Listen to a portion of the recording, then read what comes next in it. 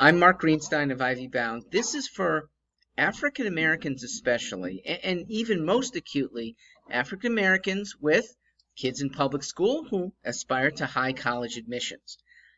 They are potentially facing an SAT and potentially not if they are adhering to, at times, bad advice. Public schools are rife with guidance counselors who want to make kids feel good. Okay, it's no fun being greeted every week by a kid who's disconsolate, by a kid who is exceptionally worried. And so there is an extra pressure on guidance counselors to do the easy thing or advise the easy thing that allows better feelings and briefly maybe happier kids, but in the long run, less successful kids. Please be wary of this advice. Guidance counselors who say the SAT is not important. And especially so, the SAT is not important for African Americans. We have advantages that the colleges recognize besides the SAT. Folks, they are limited advantages.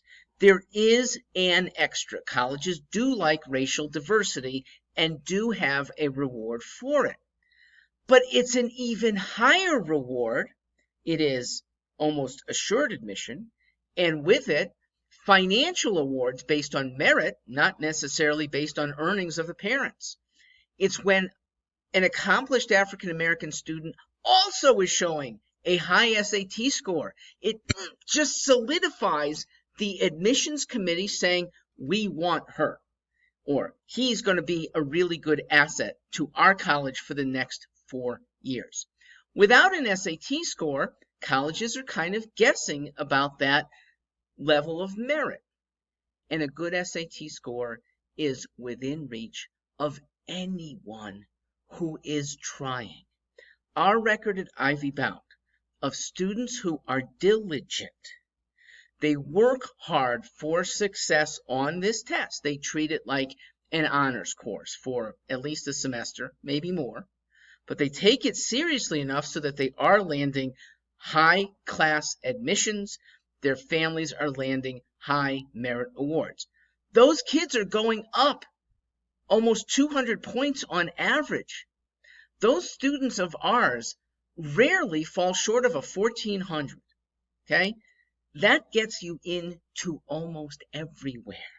The SAT, in short, is a huge admissions helper for ambitious minority students.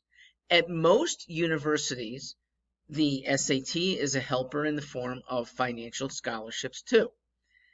The skills tested on the SAT, not knowledge very much, it's almost all skills, or skills that kids who are ambitious, irrespective of race, can perform well at. They are reasoning skills. Imparting knowledge is what the best American high schools do. But the knowledge in high school doesn't give a great advantage on the SAT. Test-taking skills, time management skills, skills at grappling with unique questions that are often not coming out of a high school curriculum. That's what the SAT rewards. And so the students who enhance their God-given reasoning skills with these test-taking time management skills, they end up performing well. And they can do that at fairly low cost, especially if the school, and that might be the guidance counselors, that might be principal, it might be district level official, if the school is behind getting a bunch of kids into a good prep class, the cost is low, the reward is high. The cost to take a test itself is only $60. The cost to prep well for an SAT is at most 5 times that if a school is behind it. By contrast, absent an SAT, colleges are looking for these other elevation things. The cost of those, going to Guatemala to help some rural kids. It's a $5,000 bill. One way to assess how the SAT affects less privileged students is to envision what elite admissions look like in the absence of the SAT, where urban minorities anyway, have fewer college role models. They have fewer internship opportunities. They have fewer guides to navigate the other aspects of college admissions. They have fewer elite sports, ones that typically white kids take advantage of, like rowing, fencing, squash, sailing, golf, lacrosse.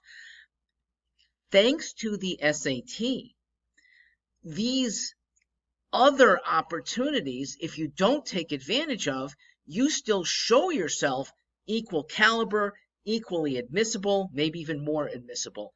And how good is an elite college admission? Well, nothing in the Western world is a greater equalizer between rich and poor as an elite college degree. I don't think anything in the Western world eviscerates race so much as a graduating class of mixed race that have all been through the same cauldron, resulting in college success. The SAT is thus a very good elevator, especially for African Americans who are ambitious. What does it discriminate? The SAT discriminates between accomplished African Americans and not so accomplished. The SAT discriminates between accomplished white Americans and not so accomplished white Americans. So that is a very proper use, and one that the ambitious kid of any race should be taking advantage of. It's not hard. Please don't let a guidance counselor suborn you in the name of, well, it might not be necessary. It's certainly easier on you. Take what might be a slightly harder route for one semester. Treat SAT prep like an honors course. Do it well, and the rewards, both in terms of admission and financial awards, merit-based, are going to come your way. Thanks for listening here.